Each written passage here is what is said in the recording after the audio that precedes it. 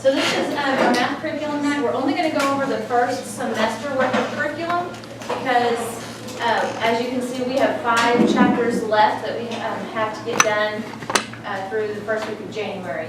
And so that's a lot, and to cover the whole year would just be too much. So we'll have another one of these in the winter or early spring, and then we'll talk more about STAR and all that kind of stuff. But right now we're just kind of looking at what the curriculum is, how you can help at home, and kind of what I've been telling your students through class.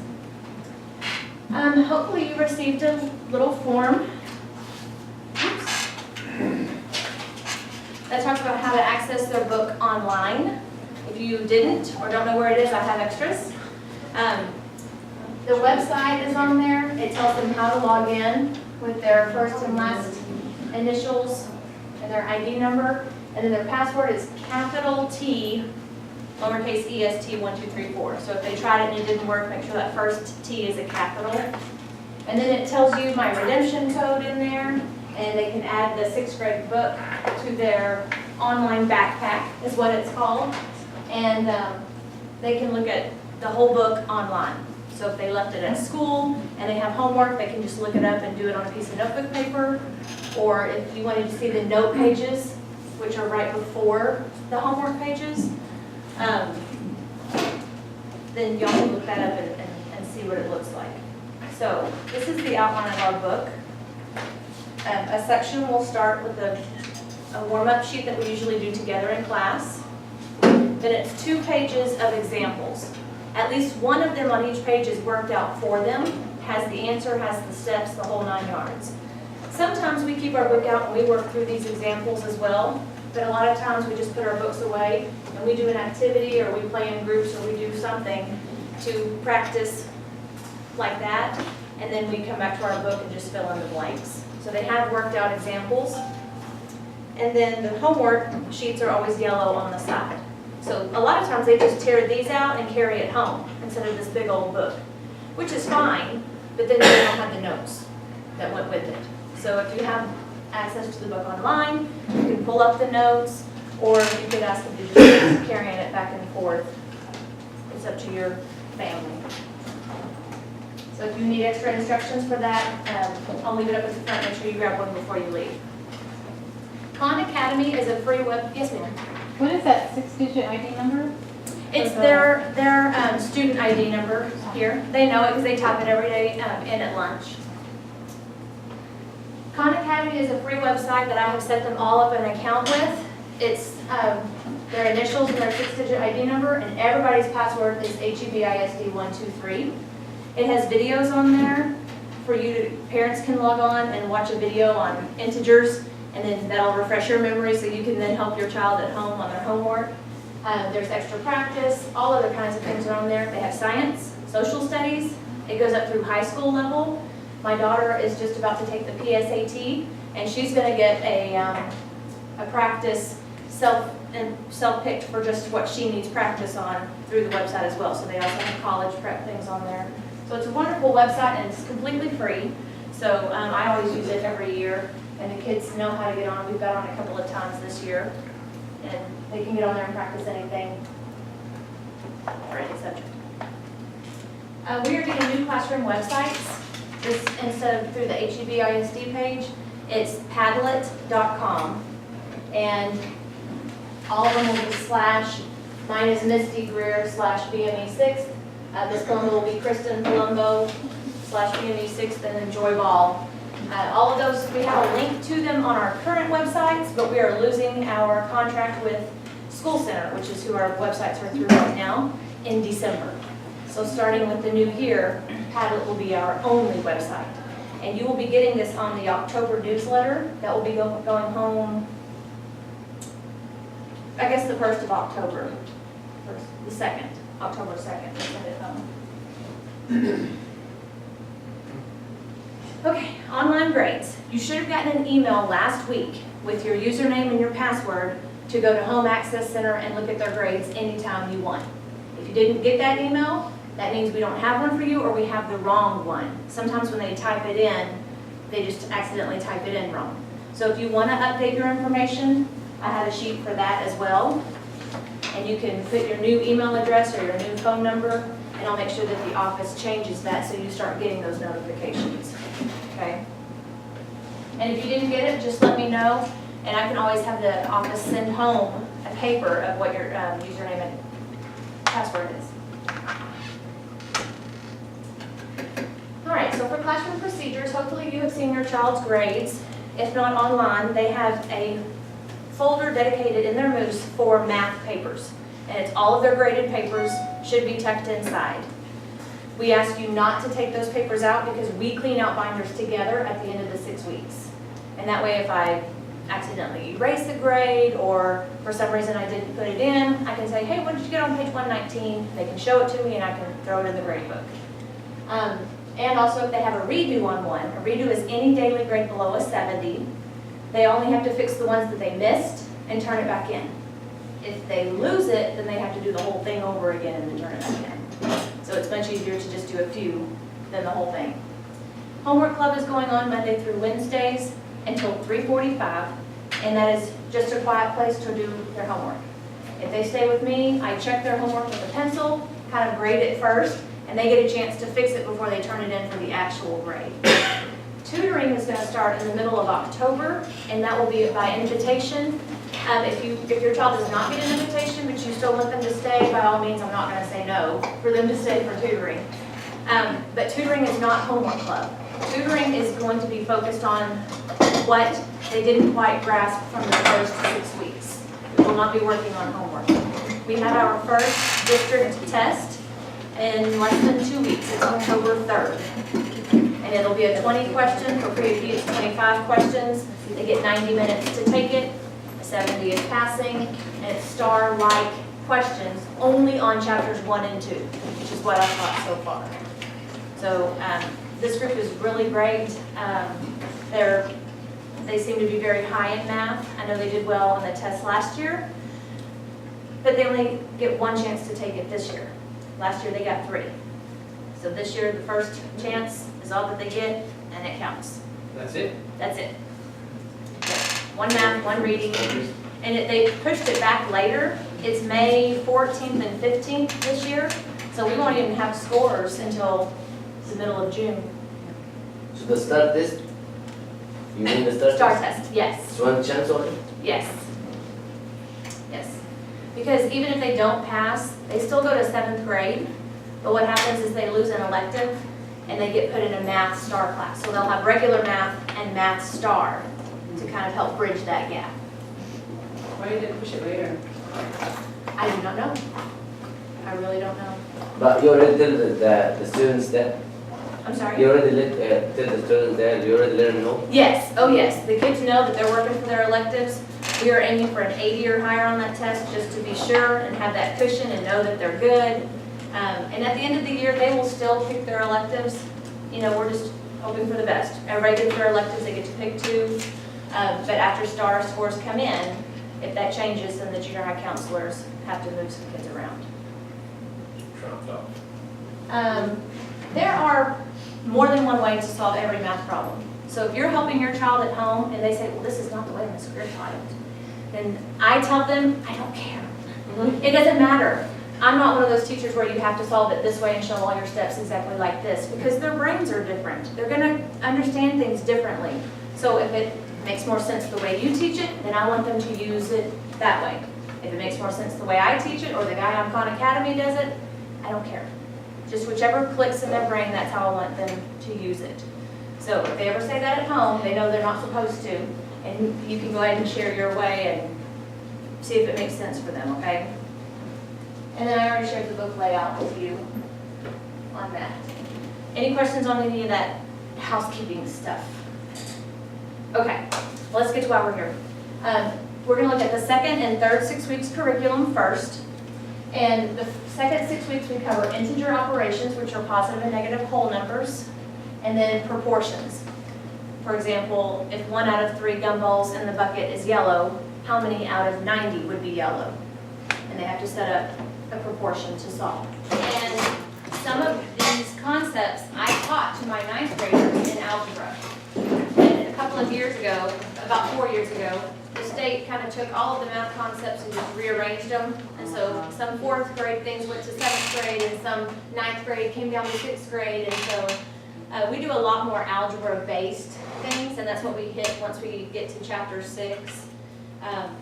They still do geometry in sixth grade, like we'll find the area and perimeter, but instead of asking what is the area of this rectangle, they ask how would you find the area of this rectangle, and the answer choices are equations, and they have to know which one would work. So don't worry, we'll get there, and we're going to cover it all. But chapter 3 is on integer operations, and so in your bucket you have some 2-color counters. If you just want to grab a handful and spread them out in front of you.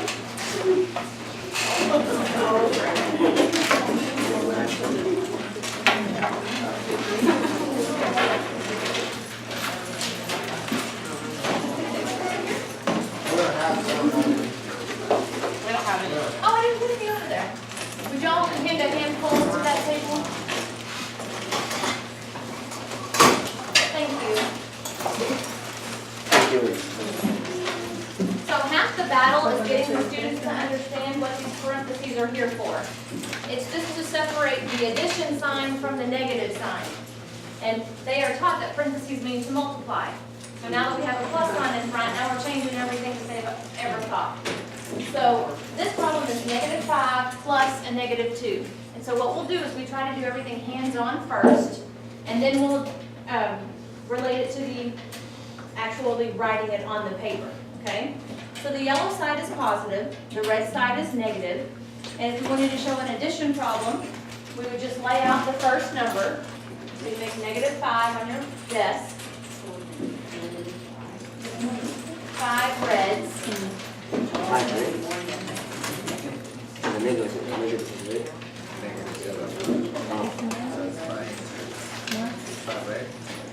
And then we're going to add to that pile 2 more reds, -2. So then they look at it as a whole, and the value of the board is -7. Okay? So let's start off with some yellows and reds. Let's do a -4 plus a 3. So show -4. And then add 3, so 3 yellows. So it's 4 and 3, 4 reds and 3 yellows? Yes. Now, a 1 and a -1 do what? They cancel each other out. They make 0. We call them 0 pairs. So if you can make a 0 pair, just take it off your board. It means nothing. It's just a 0. So once you get rid of all the 0 pairs, and you only have 1 color left, what's left? A -1. Okay. So -4 plus 3 is a -1. Now there is a way for you to practice this at home, just with a deck of cards. All of mine have poker written on, so I have to take them out before I give them to you. So there's reds and blacks. The reds are negatives and the blacks are positives. You can go, make aces 1 and even use the face cards. And you just play with your child. You'll flip over 2 cards. So I have 11 plus a -6. When the colors are different, we actually subtract the numbers and take the sign of the bigger number. So this would be a +5. Okay? When we do subtraction, we still use the 2-color counters. And we put the first number on the board, and then we take away the second number. And then we can also use it with multiplication and division. Now those rules are a little bit easier. If you're multiplying and dividing, same signs are always going to be positive answers, and different signs will always be negative answers. So when I was taught it, we were just taught the rules. This is how you do it. We're never explained why. Research has shown that students can, the more dendrites their brains can grow, the more connections they can make to other things, the more likely they are to remember it. And I have found that to be true. If we're in a hurry and we're behind in curriculum and I just try to teach something really fast by just giving the algorithm, or here's the rule, just do this, they score poorly on it on tests compared to other things that we were able to do and develop with hands-on and make more connections with. So that's the reasoning behind why we take some time to explain why we subtract when we have a positive and a negative numbers, because we have 0 pairs. We're actually taking things away. So that's integer operations, and you saw on chapter 3 how that could be tested. They used number lines. They asked for them to add them from a table. They could be about temperature, golf, football. They don't have to know anything about those sports to be able to answer the questions. It'll tell them enough. So any questions on chapter 3? Okay, so if you have a deck of cards, there's 155,000 things you could do with a deck of cards to practice for math if you just Google it. But that's one thing that we always do for integers. And chapter 4 is on proportions, and you kind of saw the kind of problems that they are asked to solve with those. If there's 4 boys for every 3 girls, and there's a total of 28 kids, then how many of them are boys? Okay? So 3 girls and 4 boys makes how many total in one group? 7. So how many groups can we fit into 28? 4. 4, yeah. So 4 times 4 would be 16 boys, and then 3 times 4 would be 12 girls. And ratios are just a comparison of 2 numbers written as a fraction. So if we wanted to do boys to girls in this classroom, we would count the boys, count the girls, and make it into a fraction. But for some reason, it is so tricky for some students. I think they think that's it. It's too easy. I must be missing something. So anytime you're out at dinner, what's the ratio of knives to forks on the table? What's the comparison of, I don't know, whatever. Any 2 things in the room, just to, practice over dinner, or when you're driving to school even. Just ask them questions like that. And the other one, I can't see that from here, excuse me. In a class survey, the ratio of students who prefer Snapchat to Instagram is 3 to 2. If the number of students preferring Snapchat is 54, then how many prefer Instagram? So this time the 3 goes with the 54, which is what? 18. So then 2 times 18 would get the Instagram. So that a lot of kids pick 18 because that's the relationship between the 2 numbers. But then you have to apply it to the original number that they gave in the problem. So it would be 18 times 2, which was 36. Yes. So that's what we're working towards. We start off with ratios. We start off with equivalent ratios, which is just equivalent fractions. You can also do that with a deck of cards. If you flip 2 over, they form a fraction. So 1/13, and have them give you an equivalent ratio to that. 2/16. 2/26, thank you. 3/39. Just have them practice equivalent fractions. Questions on chapter 4? All right. And then chapter 5 starts our third 6 weeks. And that's when we get to learn percents. They've done fractions and decimals since maybe the end of 4th. And we throw in the percents piece. And not only what is the equivalent percent to 1/4, but 72 is about what percent of 250. They have to solve for the missing percent, or the missing part, or the missing whole. And we do percent bar diagrams. I meant to tell you, there's paper on your desk that you're welcome to write on if you want to take notes, and you can keep that folder and keep all of your stuff inside. So we do this great problem with Yao Ming and Shaquille O'Neal, which the kids don't even know who they are anymore. But I have a picture of a friend of mine from high school who ran into Shaquille O'Neal when he was filming a commercial at a jewelry store. And so I show that to, kind of pique their interest. And they kind of know him because he broadcasts some games and stuff, but they're like, who's Yao Ming? So basically this is 2 number lines just connected. So on the top, we have 0% to 100%. And on the bottom, we have 0 to our whole. Let's say we were using 300. And I'm trying to estimate what 25% of 300 is. Okay? So our benchmarks are half, 50%, and then half of that. So I could take 50%, which would be right in the middle. And then on this number line, what's right in the middle of 0 and 300? 75? 150. 150. Oh. Okay. Then we're going to take half of that. You were a step ahead of me. Halfway between 0 and 50% is 25%. And then on this number line, half 75. 0 to 150 is 75. Then what they can do is they can add those together to get 75%. And they've got a nice, neat little number line where they can estimate any percent of 300. So 25 plus 50 makes the 75%. 75 plus 150 makes 225. Okay. So if I wanted to say 25% of 300, 75. Even if I wanted 48% of 300, they could estimate, well, 48 would be right here. A number just shy of 150 might be 146, 145. It's like the ruler. Yes, exactly like that. Just two number lines, one with percents and one with the whole. So we show it, we get them to picture what that looks like. Because half of the answer choices don't even make sense. If they ask what's 19% of 400, well, they know it has to be less than 200, right? Two of the answer choices will be bigger than 200. We can just throw those out the window. It doesn't make any sense. So that's how we do percents.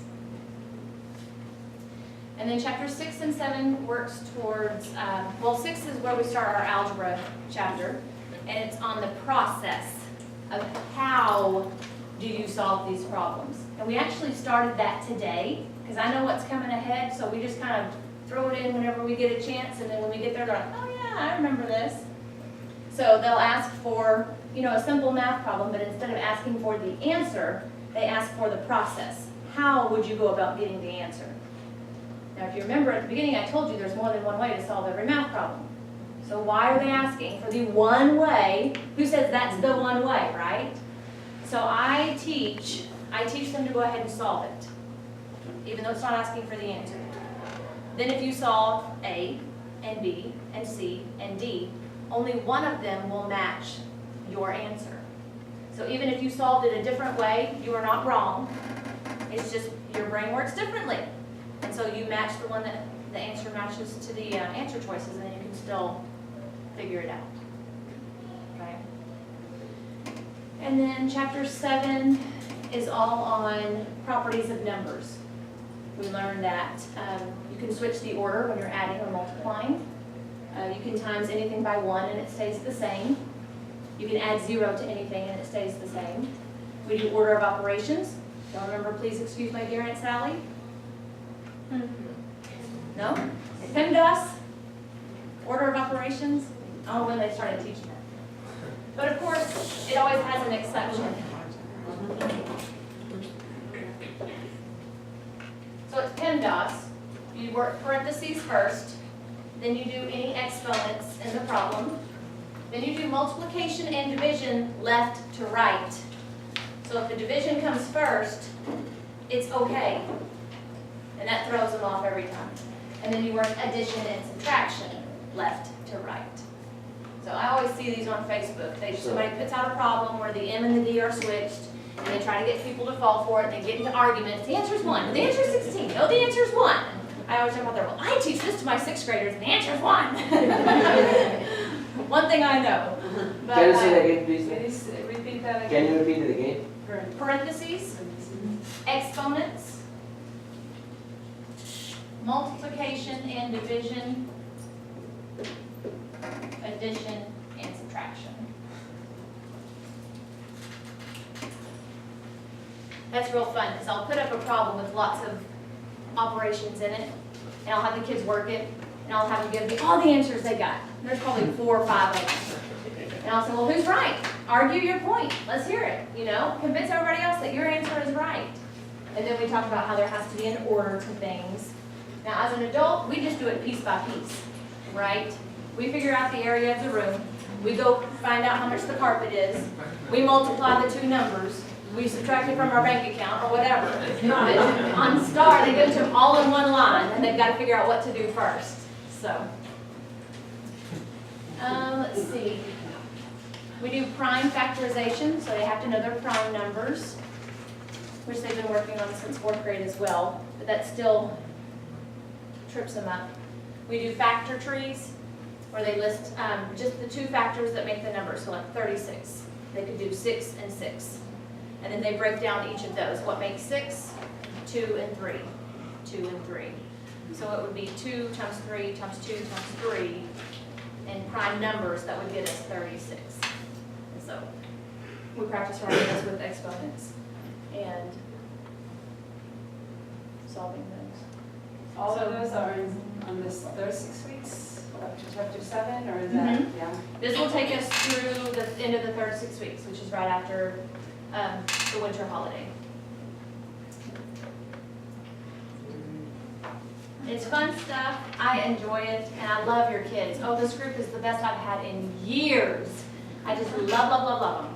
So it is so much fun coming to work every day and being with them, and we're having a good time. I hope they say that they like it. I mean, we went outside one day for class last week. We write on the desks with expo markers. We make posters and do our work on construction paper, just so that they can have it, you know, work in groups. And so I hope they're having a good time and learning something. So we'll see what, after our first CBA, what that shows.